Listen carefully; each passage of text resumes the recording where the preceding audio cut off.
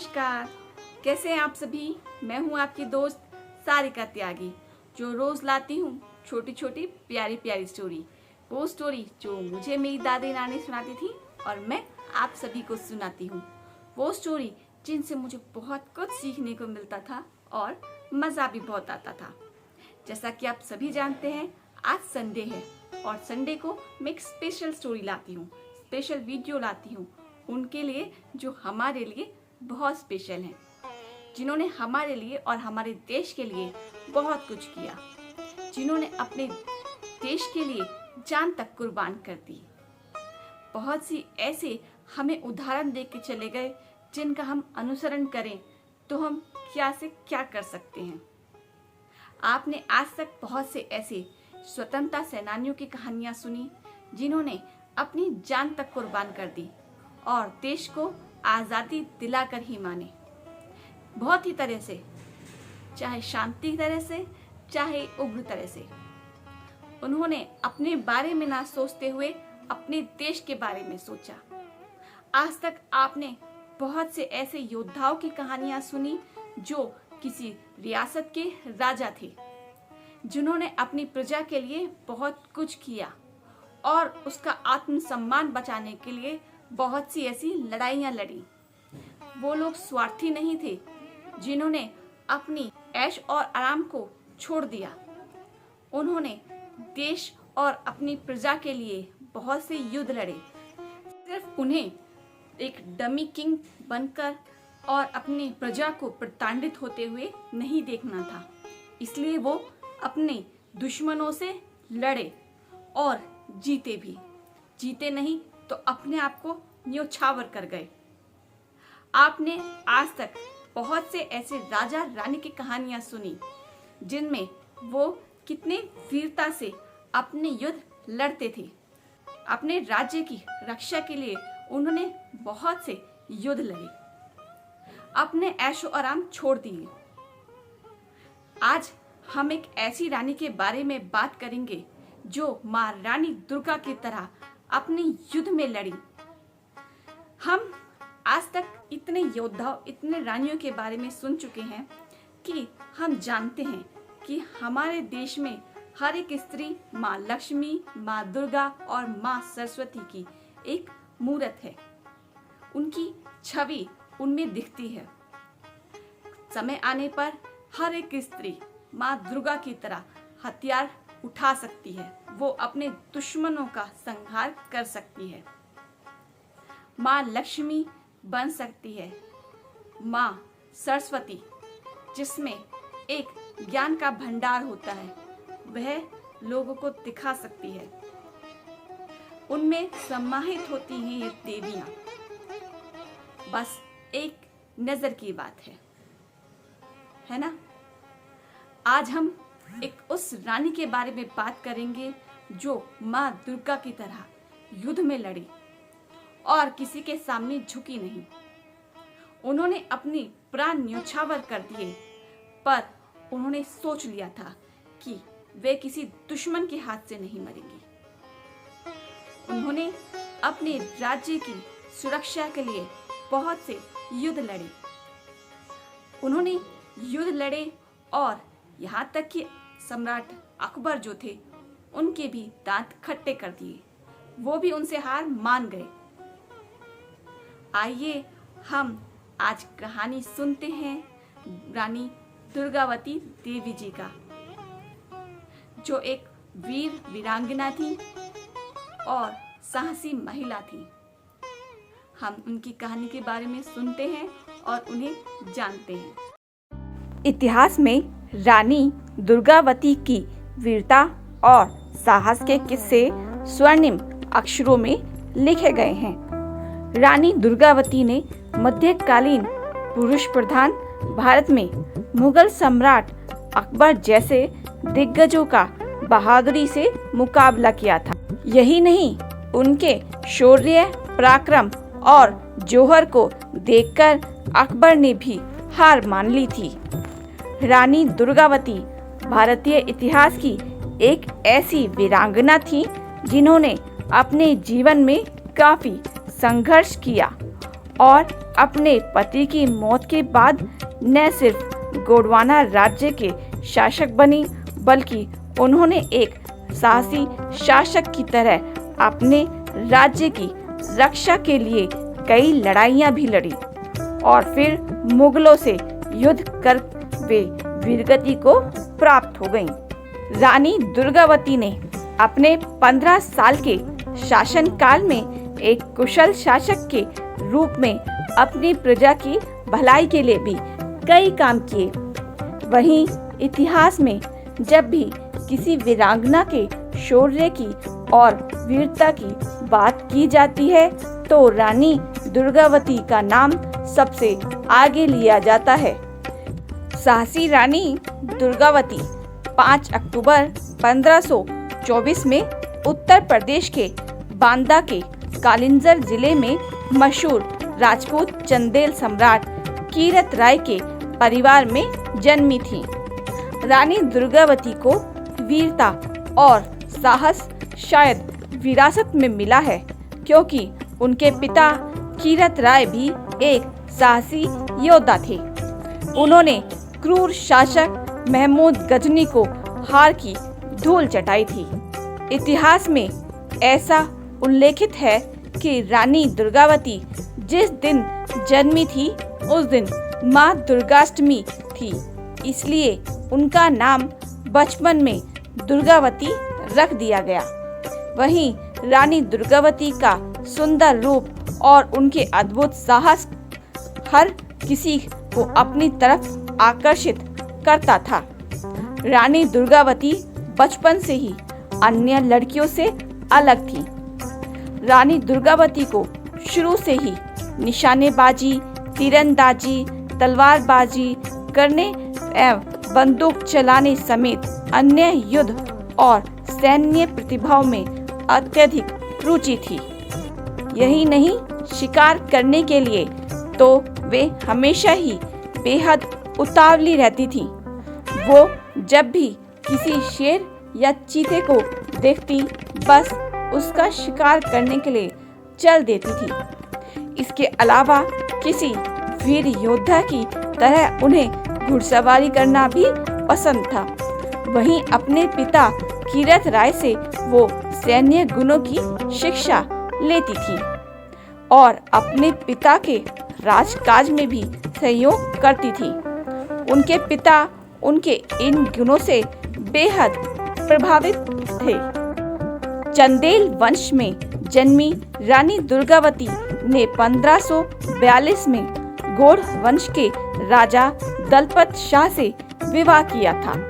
हालांकि शुरू में रानी दुर्गावती के पिता कीरत राय को उनकी शादी से ऐतराज था, लेकिन जब रानी दुर्गावती के ससुर संग्राम सिंह ने उन्हें कालिंजर के युद्ध में हरा दिया, तब वे अपनी साहसी पुत्री का विवाह राजा दलपत शाह से करने के लिए राजी हो गए थे।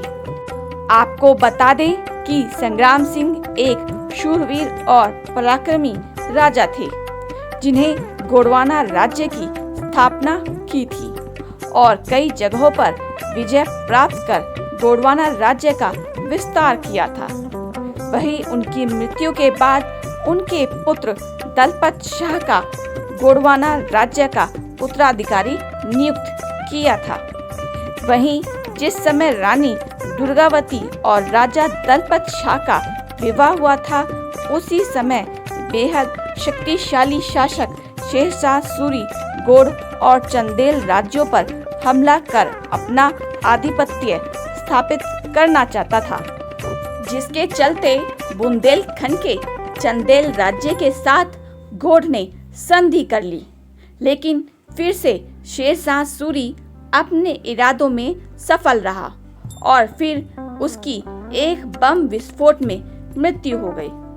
वहीं शादी के कुछ समय बाद रानी दुर्गावती ने वीर नारायण नाम के पुत्र को जन्म दिया।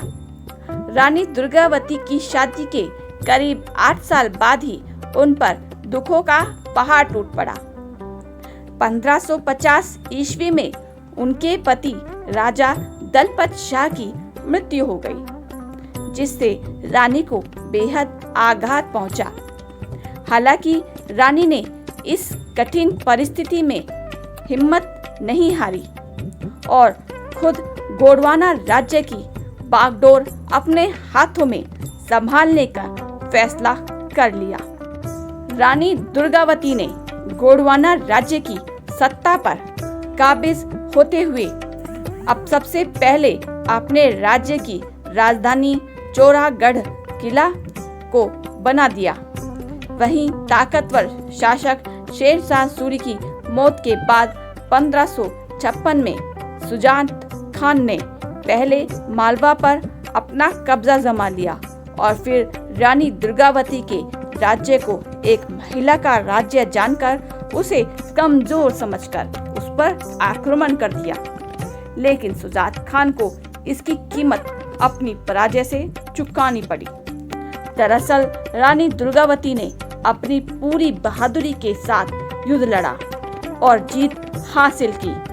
वहीं इसके बाद रानी ने साहस और वीरता के चर्चे आसपास के राज्यों में होने लगे और वे अपनी प्रजा की एक लोकप्रिय शासक बन गई। वहीं रानी दुर्गावती ने गोंडवाना राज्य की राजगद्दी संभालते ही एक कुशल प्रशासक के रूप में अपने राज्य की प्रजा की भलाई के लिए कई काम किए। रानी दुर्गावती ने अपने राज्य में यातायात व्यवस्था को सुगम बनाने के लिए नई सड़कों का निर्माण एवं पर्यावरण की रक्षा के लिए हरे पेड़ पौधे एवं बाग बगीचे लगवाए। साथ ही पानी की उचित व्यवस्था के लिए जगह जगह कुएं, बावड़ियों आदि खुदवाए एवं मंदिरों, भवनों और धर्मशालाओं का निर्माण करवाया। उनके शासनकाल में गोंडवाना राज्य एक समृद्ध और खुशहाल राज्य बन गया, जिसकी वजह से उनके राज्य की ख्याति एवं वैभवपूर्ण राज्य के रूप में आसपास फैल गई, जिससे रानी दुर्गावती का राज्य कई बड़े और शक्तिशाली शासकों की नजर में आ गया और वे इस पर अपना अधिकार जमाने के बारे में सोचने लगे। लेकिन शायद इन शासकों को रानी की साहस का अंदाजा न था। रानी दुर्गावती की सुंदरता और वीरता के चर्चे से मुगल सम्राट अकबर भी काफी प्रभावित था एवं वह भी रानी को धन धान्य से परिपूर्ण राज्य पर अपना कब्जा जमाना चाहता था और वासना के भूखे शासक अकबर रानी पर अपने डोरे डालकर उन्हें अपने रनवासे की शोभा बनाना चाहता था। इसलिए अकबर ने गोंडवाना राज्य की महिला शासक को कमजोर समझकर उनके पर दबाव बनाने की कोशिश की थी। लेकिन बुद्धिमान रानी दुर्गावती ने अकबर की चतुर नीतियों को समझ लिया था और अकबर की एक भी बात नहीं मानी, जिसके बाद अकबर ने 1560 के दशक में अपने सेनापति ख्वाजा मजीद खां उर्फ अशरफ खां को रानी दुर्गावती के वैभवपूर्ण राज्य गोंडवाना पर आक्रमण करने का आदेश दिया और रानी दुर्गावती को जिंदा उनके दरबार में पेश करने के लिए कहा। अकबर का आदेश का पालन करते हुए अशरफ खां एक विशाल सेना लेकर गोंडवाना राज्य पर हमला करने के लिए पहुंचा। लेकिन युद्ध शुरू करने से पहले उसने रानी दुर्गावती को मुगल बादशाह अकबर की अधीनता स्वीकार करने के लिए समझाइश की। लेकिन अपने दृढ़ संकल्पों पर अड़िग रहने वाली रानी ने उसकी एक नहीं सुनी और फिर मुगल सेना और रानी दुर्गावती की सेना के बीच युद्ध होने लगा।